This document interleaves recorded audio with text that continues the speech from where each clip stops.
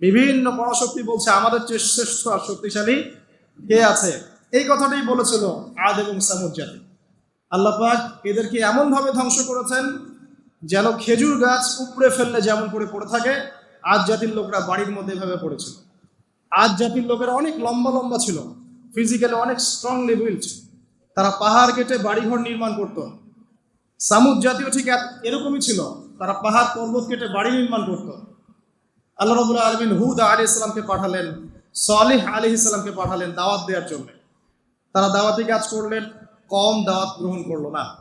ইল্লা কালিলাম মিনহুম, অল্প কিছু মানুষ ইসলাম কবুল করলো, বাকিরা বেশিরভাগই করলো না। আল্লাহ রাব্বুল আলামিন বিশাল কওমটাকে যারা বলতো মান আশাদ্দু মিন্না কুওয়া, আমাদের চেয়ে শক্তিশালী আর কে আছে, তারা এই কথা বলতো। কোরআন এই কথা বলছে, কোরআন বলছে তারা বলতো মান আশাদ্দু মিন্না কুওয়া, আমাদের চেয়ে শক্তিশালী আর কে আছে। এখন এই স্লোগানগুলো আমরা ওয়ার্ল্ড অ্যাফেয়ার্স ঘাটলে দেখতে পারি না? বিভিন্ন পরাশক্তি বলছে আমাদের চেয়ে শ্রেষ্ঠ আর শক্তিশালী কে আছে। এই কথাটাই বলেছিল আদ এবং সামুদ জাতি। আল্লাহ পাক এদেরকে এমনভাবে ধ্বংস করেছেন যেন খেজুর গাছ উপড়ে ফেললে যেমন করে পড়ে থাকে, আদ জাতির লোকরা বাড়ির মধ্যে এভাবে পড়েছিল। মাত্র 6 দিন এবং 7 রাতের মধ্যে আল্লাহ পাক আদ জাতিকে ধ্বংস করেছেন। আর সামুদ জাতিকে আল্লাহ পাক ধ্বংস করেছেন বজ্রপাত দিয়ে, প্রচন্ড বজ্রপাত দিয়ে, মুহূর্তে একটা কম শেষ। আল্লাহ পাক সব করতে পারেন। ইতিহাস এভাবেই পুনরাবৃত্তি ঘটিয়েছে। ফেরাউনের যুগে চলে যান, মূসা আলাইহিস সালাম একই দাওয়াত দিয়েছেন আল্লাহ রাব্বুল আলামিন। আল্লাহ পাকের পক্ষ থেকে তাওহীদ নিয়ে তিনি ফেরাউনকে দাওয়াত দিয়েছেন যে লা ইলাহা ইল্লাল্লাহ, আল্লাহ ছাড়া কোনো ইলাহ নাই। আল্লাহ রাব্বুল আলামিন চিরঞ্জীব, চিরস্থায়ী, তার কাছে আত্মসমর্পণ করো। ফেরাউন বলেছিল আনা রাব্বুকুমুল আ'লা, আমি তোমাদের মহান রব। নাউযুবিল্লাহ। সে বলেছিল মা উরিকুম ইল্লা মা আরা, আমি যা ভালো মনে করি তাই তো তোমাদেরকে বলি। ওয়া মা আহদিকুম ইল্লা সাবিলার রাশাদ, এবং আমি তোমাদেরকে শুধু সৎপথ দেখাই। ফিরআউন এই কথা বলেছিল। সে বলেছিল যে মা আলিমতু লাকুম মিন ইলাহিন গায়রি, আমি তো জানি না যে আমি ছাড়া তোমাদের কোনো ইলাহ আছে। নাউযুবিল্লাহ। আল্লাহ রাব্বুল আলামিন সবর করেছেন, তাকে সময় দিয়েছেন, একটার পর একটা গজব দিয়েছেন। কখনো উকুন নাজিল করেছেন, কখনো রক্ত নাজিল করেছেন, কখনো প্লেগ, কখনো ব্যাং, কখনো ফড়িং, এরকম করে 9টা আযাব আল্লাহ পাক ফিরআউনকে দিয়েছেন, তার কওমকে দিয়েছেন। সর্বশেষ আল্লাহ রাব্বুল আলামিন লোহিত সাগরে সদল বলে ফিরআউনকে ডুবিয়ে মেরেছেন। ডুবে মরার সময় ফিরআউন বলেছিল যে আমানতু বিরাব্বি হারুন ওয়া মূসা, আমি এখন হারুন এবং মূসার রবের প্রতি ঈমান আনলাম। ডুবে মরার সময় ফিরআউন এই কথাটা বলেছিল। তখন আল্লাহ রাব্বুল আলামিন বলেছেন আল আন, এখন, ওয়াকাদ আসাইতা মিন ক্বাবল, এর পূর্বে তুমি বিরুদ্ধাচরণ করেছো। আল ইয়াউমা নুনাজ্জিকা বিবাদানিক, আজকে আমি তোমার বাদন মানে তোমার দেহটাকে সংরক্ষণ করব, প্রিজার্ভ করব। কি জন্য প্রিজার্ভ করব? মিউজিয়ামে রেখে দেওয়ার জন্য? মিশরের মিউজিয়ামে রেখে দেওয়ার জন্য? কি কারণে প্রিজার্ভ? লিতাকুনা লিমান খালফাকা আয়াহ, তোমার পরবর্তীতে যারা আসবে পৃথিবীতে ওদের সবার জন্য তুমি নিদর্শন হয়ে থাকবে। এই কারণে তো ফেরাউনের পরে তো হাজার হাজার বছর চলে গেল, এবং এই হাজার বছরে আমরা দেখেছি আরো হাজারটা ফেরাউন এসেছে পৃথিবীতে। তাদের সবার জন্য এই ফেরাউনের মমিটা ছিল কি? নিদর্শন। কে আল্লাহ নিদর্শনের পরোয়া করে? আল্লাহ পাকে নিদর্শনের কে পরোয়া করে? আমাদের কনসেপ্ট এখন এমন, ইনহিয়া ইল্লা হায়াতুনের দুনিয়া, এই দুনিয়ার জীবনটাই আমাদের হায়াত। নামুতু ওয়া নাহইয়া, আমরা এখানেই বাঁচি, এখানেই মরি। ওয়া মা নাহনু বিমাবউসিন, আর আমাদেরকে পুনরুত্থিত করা হবে না। কোনো মানুষ যদি পরকালীন কনসেপ্ট লালন করে চলে, সেই মানুষ কি বেনামাজি থাকতে পারে কিনা? সেই মানুষ কি যাকাত না দিয়ে থাকতে পারে কিনা? যে মানুষ পরকালে বিশ্বাস করে যে আল্লাহর সামনে আমাকে দাঁড়াতে হবে একা একাই, আমার ইমাম, আমার পীর, আমার অমুক, আমার তমুক নেতা নেত্রী কেউ আমার সাথে যাবে না, আমাকে একা আমার আল্লাহর সামনে দাঁড়িয়ে হিসাব দিতে হবে, এই কথা যে চিন্তা করে সে কি নামাজ না পড়ে থাকতে পারে কিনা? সে কি যাকাত না দিয়ে থাকতে পারে কিনা? সে কি দুর্নীতি করতে পারে কিনা? মানুষকে ঠকাতে পারে কিনা? সে কি সুদ খেতে পারে না ঘুষ খেতে পারে? সে কি জেনা করতে পারে? সে কি কাপড় খুলে দিয়ে উন্মুক্ত হয়ে ঘুরতে পারে কিনা? এখন তো উন্মুক্ত হওয়ার সংস্কৃতি চলছে নাকি? ইবলিস যখন আদম আলাইহিস সালাম এবং হাওয়া আলাইহিস সালাম তাদেরকে যখন জান্নাত থেকে বের করিয়ে দেয়, প্রলোভন দিয়েছিল, মিথ্যা প্রলোভন, যে হাল আদুল্লুকুম, হে আদম এবং হাওয়া, আমি কি তোমাদেরকে জানিয়ে দিব, আলা শাজারাতিল খুলদি ওয়া মুলকিন লা ইয়াবলা, হে আদম এবং হাওয়া, আমি কি তোমাদেরকে জানিয়ে দিব এমন একটা গাছের ব্যাপারে যেই গাছের ফল খেলে পরে তোমরা চিরস্থায়ী হয়ে যাবে এবং কোনোদিন মরবে না। এই যে চিরস্থায়িত্বের টোপ আর অমরত্বের টোপ, এই দুইটা টোপ দিয়ে আমাদের পিতামাতাকে ইবলিস জান্নাত থেকে বের করে দিয়েছে। এখন পৃথিবীতে যত মানুষ পথভ্রষ্ট হচ্ছি আমরা, আমাদের এই দুইটা খাসলতের কারণে। আমরা অমরত্ব আশা করছি, আমাদের চলাফেরা দেখলে মনে হয় আমরা মরবো না, পরকালীন কনসেপ্ট বাদ। একটা হচ্ছে চিরস্থায়িত্বের টোপ, ক্ষমতা, এই যে ক্ষমতার দাপট, এই দুটো আমাদেরকে কিন্তু পথভ্রষ্ট করছে। ঠিক একই অস্ত্র ছিল ইবলিসের। সূরা আরফ পড়ে দেখেন, আমি কোনো কিছু বানিয়ে বলছি না। তখন আল্লাহ পাক বললেন যে ইয়া বানি আদম, হে বনু আদম, আদমের সন্তান যারা আছো, আমাদেরকে আল্লাহ পাক বলছে তোমরা শোনো, লা ইয়াফতিনান্নাকুমুশ শাইতান, শয়তান যেন তোমাদেরকে ফিতনায় না ফেলতে পারে। কামা আখরাজা আবাওয়াইকুম মিনাল জান্নাহ, ঠিক যেমন করে তোমাদের পিতামাতাকে শয়তান জান্নাত থেকে বের করে দিয়েছে। যেহেতু আমাদের পিতা আর মাতাকে শয়তান জান্নাত থেকে বের করে দিয়েছে, আল্লাহ পাক এই আদমের সন্তানদেরকে বলছেন তোমরা সতর্ক থেকো, তোমাদেরকে যেন শয়তান জান্নাত থেকে যেভাবে বের করেছিল তোমার পিতামাতাকে, এমন করতে না পারে। আর কি করতে না পারে? ইয়ানজিউ আনহুমা লিবাসাহুমা লিউরিয়াহুমা মিন সাওআতিহিমা। পুরো দেখেন সূরা আরফ।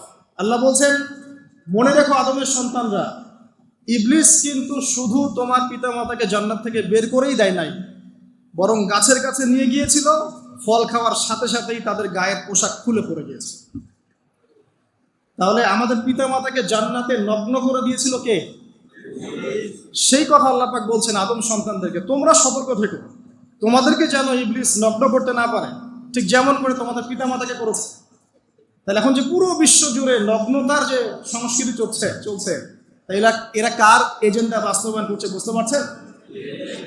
কোরআন পড়েন, পৃথিবীতে যত সভ্যতা চলে গেছে, ব্যাবিলনের সভ্যতা, চাইনিজদের সভ্যতা, তারপরে যে আমাদের মাও সেতুং, ইতালির মুসোলিনি, এদিকে জ্যাপল সার্তে, এদিকে আপনার ফিডেল ক্যাস্ট্রোর কথা বলেন, ওই পশ্চিমা সভ্যতা বাদ দিয়ে যত বড় বড় সভ্যতা রিনাউন্ড, সবার পোশাক ছিল শালীন।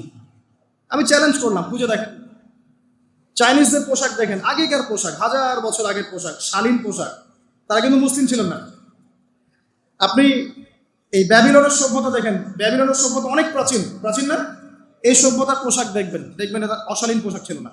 এমনকি আইয়ামে জাহিলিয়াত যেটা আমরা বলি, নবী সাল্লাল্লাহু আলাইহি ওয়াসাল্লাম যখন জন্ম নেননি তার আগের সময়, ওই সময়ে যে মানুষ জেনা করতো, মেয়েকে যে কন্যা সন্তানকে জীবিত দাফন করতো, তারপরেও ওদের পোশাক শালীন ছিল।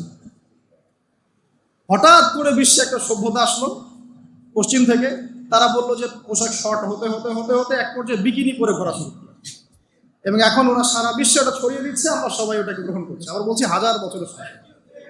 এখন দেখেন আল্লাহ পাক কি বলছেন, ওয়াইদা ফাআলু ফাহিশাতান, ওই সূরার মধ্যে আছে, যখন তারা কোনো ফাহেসা কাজ করে তারা বলে, ক্বালু, তারা বলে, ওয়াজাদনা আলাইহা আবানা, ওয়াজাদনা আলাইহি আবানা, আমরা এগুলো আমাদের বাপ দাদাদেরকে দেখেছি করতে। যখন তারা কোনো ফাহেসা কাজ করে তারা বলে, অশ্লীল কাজ করলে বলে, আমরা এগুলো দেখেছি বাপ দাদা পিতৃপুরুষ থেকে করে আসছে। আল্লাহু আমারানা বিহা, আল্লাহ আমাদেরকে আদেশ করেছেন। আল্লাহ বলছেন কুল ইন্নাল্লাহা লা ইয়া'মুরু বিল ফাহশা, আল্লাহ পাক কখনো অশ্লীল কাজের আদেশ করতে পারেন না। আচ্ছা, কুলুনা আলাল্লাহি মা লা তা'লামুন, তোমরা কি আল্লাহ সম্পর্কে এমন কথা বলছো যে কথা তোমরা জানো না? আল্লাহ কিসের আদেশ করেন? আল্লাহ বলছেন কুল আমারা রাব্বি বিল কিসত, হে নবী বলে দিন আল্লাহ পাক আদেশ করেন ন্যায় বিচারের আদেশ করেন। ওয়া আকিমু ওয়ুজুহাকুম ইনদা কুল্লি মসজিদ, এবং প্রত্যেক নামাজের ওয়াক্তে নিজের চেহারাটাকে একনিষ্ঠভাবে আল্লাহর দিকে ফেরাবে, এই আদেশ আল্লাহ পাক করেন। ওয়া আকিমু ওয়ুজুহাকুম ইনদা কুল্লি মসজিদ ওয়াদউহু মুখলিসিনা লাহুদ্দিন, এবং একনিষ্ঠভাবে তোমরা আল্লাহকে ডাকবে, দোয়া করবে, এই আদেশ আল্লাহ পাক করেন। তো আল্লাহ পাক কি অশ্লীল কাজের আদেশ করতে পারেন? ইতিহাস পড়ে দেখেন, আমি নিজে হিস্ট্রির ছাত্র, আপনি পড়ে দেখবেন, পুরো ঐতিহাসিক পটভূমি পড়ে দেখবেন, মানুষ এই ঊনবিংশ শতাব্দী আসার আগে এত অশ্লীল ছিল না। যত বড় বড় মেজর সমস্যাগুলো চলছে, যেগুলো ইয়াং জেনারেশনকে ধ্বংস করে দিচ্ছে, এগুলোর ম্যাক্সিমাম এসেছে কিন্তু পশ্চিম থেকে। খেয়াল করে দেখবেন, এগুলো কিন্তু বাংলাদেশ থেকে আসে নাই, আসছে ভারত থেকে আসছে, পাকিস্তান থেকে আসছে, সাবকন্টিনেন্ট থেকে আসে নাই। এগুলো দেখবেন একটা নির্দিষ্ট জায়গা থেকে আসছে। তো এই কারণে আমাদের সতর্ক দৃষ্টি রাখতে হবে যে বস্তুবাদী উন্নয়ন সবকিছু নয়। হ্যাঁ, আমরা জিডিপি বাড়ালাম, ইন্ডাস্ট্রিজ গড়লাম, মঙ্গলে চলে গেলাম, চাঁদে গেলাম, ওকে ফাইন, এগুলোর কেউ বিরোধিতা করবে না, এটা ভালো, নেশনকে এগিয়ে নিতে হবে, এটাই এটাই এডুকেট তারা এবং এডুকেটেই করতে হবে। কিন্তু নৈতিকতার বিসর্জন দিয়ে নয়।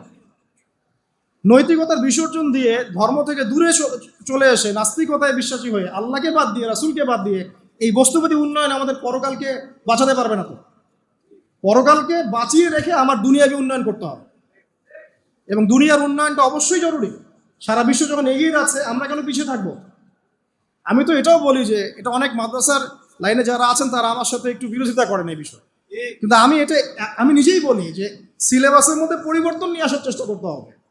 শুধুমাত্র এককেন্দ্রিক শিক্ষায় কেন শিক্ষিত হব? এই যুগে চলার জন্য যে উপকারী জ্ঞানগুলো দরকার সেগুলো শিখতে হবে আমাদেরকে। আমাদের আইসিটির জ্ঞানের দরকার আছে, আমাদের ইংরেজির জ্ঞানের দরকার আছে, ম্যাথামেটিক্স দরকার আছে, সায়েন্সের দরকার আছে, আমাদের তথ্য প্রযুক্তি জানতে হবে, অর্থনীতির জ্ঞানের দরকার আছে, পলিটিক্যাল সায়েন্সের দরকার আছে, জিও পলিটিক্স দরকার আছে। এগুলো বাদ দিয়ে শুধু যদি আমি মুখস্থ করে যাই, এই জ্ঞানটা আমার কি কাজে দেবে আমাকে বলে? এই কথাটা অনেকে নেগেটিভলি নেয়, কিন্তু আমি আসলে তাদের ব্যাপারে তাদের সাথে তর্ক করতে চাই না। আমি আমার কনসেপ্ট লালন করি, আমি এতটুকুই বলছি। এবং যারা শিক্ষিত মহল আছেন, বুদ্ধিজীবী মহল আছেন, যারা দেশ সম্পর্কে ভাবেন, জাতি নিয়ে ভাবেন, উম্মা নিয়ে ভাবেন, তারা কিন্তু আমার সাথে একমত হবে ইনশাআল্লাহ যে আমরা কিন্তু এই জায়গাটাতে পিছিয়ে পড়তেছি। আল্লাহ পাক আমাদেরকে কনস্ট্রাকটিভ সিলেবাসে পড়াশোনা করার তৌফিক দান করুন, এবং জেনারেল লাইন থেকে আপনি বয়কট করে একদম ইয়াতে চলে আসতেছেন কেন? জেনারেল লাইনে পড়ছেন, পড়েন, আপনার এই জ্ঞানটাকে আপনি ইসলামের কল্যাণে কাজে লাগাতে পারবেন না? সবাইকে কি আলেম হতে হবে? সবাইকে মুফতি হবে, মুহাদ্দিস হবে? অর্থনীতিবিদের দরকার আছে না? পলিটিশিয়ানের দরকার আছে না? ডক্টর ইঞ্জিনিয়ার দরকার আছে না? সব সেক্টরের মানুষের দরকার আছে। আপনাদেরকে আপনাদের জায়গায় থাকতে হবে, ওখানে থেকে আপনারা ইসলামের খেদমত করবেন, পারবেন না? একজন ডক্টর তিনি কি ইসলামের খেদমত করতে পারবেন না ভাই? একজন সৎ নেতা তিনি কি ইসলামের খেদমত করতে পারবেন না? একজন অর্থনীতিবিদ তিনি যদি আল্লাহ পাকের হালাল হারাম মেনে অর্থনীতির কোনো বিধান চালু করেন, তিনি কি ইসলামের খেদমত করতে পারবেন না? তো সবাইকে কি বক্তা হইতে হবে? সবাইকে আলেম হতে হবে? এক নির্দিষ্ট একটা শ্রেণীর মানুষ আলেম হবে, নির্দিষ্ট একটা শ্রেণীর মানুষ প্রশাসনে থাকবে, নির্দিষ্ট একটা শ্রেণীর মানুষ আপনার জনপ্রতিনিধি হবে, নির্দিষ্ট শ্রেণীর মানুষ ইকোনমিক সেক্টরে থাকবে। এইভাবে আমরা একটা জাতি গঠন করব, এবং সবাই হবে উভয় দিকে শিক্ষিত। একজন আর্মি অফিসার তার উচিত হবে ইমামতি করার যোগ্যতা অর্জন করা, একজন ডক্টর তার উচিত হবে ইমামতি করার যোগ্যতা অর্জন করা, আবার একজন যিনি আলেম তারও উচিত হবে এমন পড়াশোনা করা যে পড়াশোনা দিয়ে তিনি কোরআন সুন্নাহকে হাতে রেখে ওয়ার্ল্ড অ্যাফেয়ার্সকে ডিল করতে পারেন। তো এই বিষয়গুলো আমাদের একটা গ্যাপ চলে আসছে দীর্ঘদিন থেকে। আল্লাহ পাক আমাদেরকে বোঝার তৌফিক দান করুন। আর অ্যাটলিস্ট আমরা যদি নাই পারি, আমাদের যারা যদি কিছু নাই হয়, অ্যাটলিস্ট আমাদের সন্তান সন্ততি যারা আসবে ভবিষ্যতে, আল্লাহ পাক তাদেরকে যেন ইসলামের জন্য কবুল করে নেয়, আমিন। আর ইসলামের জন্য কবুল করলে কারো কোনো ক্ষতি নাই। ইসলামের আন্ডারে প্রত্যেক অমুসলিমের সর্বোচ্চ অধিকার রক্ষা করা হয়, অন্য কোনো জায়গায় করা হয় না। এবং প্রত্যেকটা ধর্মগ্রন্থের মূল কথাগুলো দেখবেন একই রকম।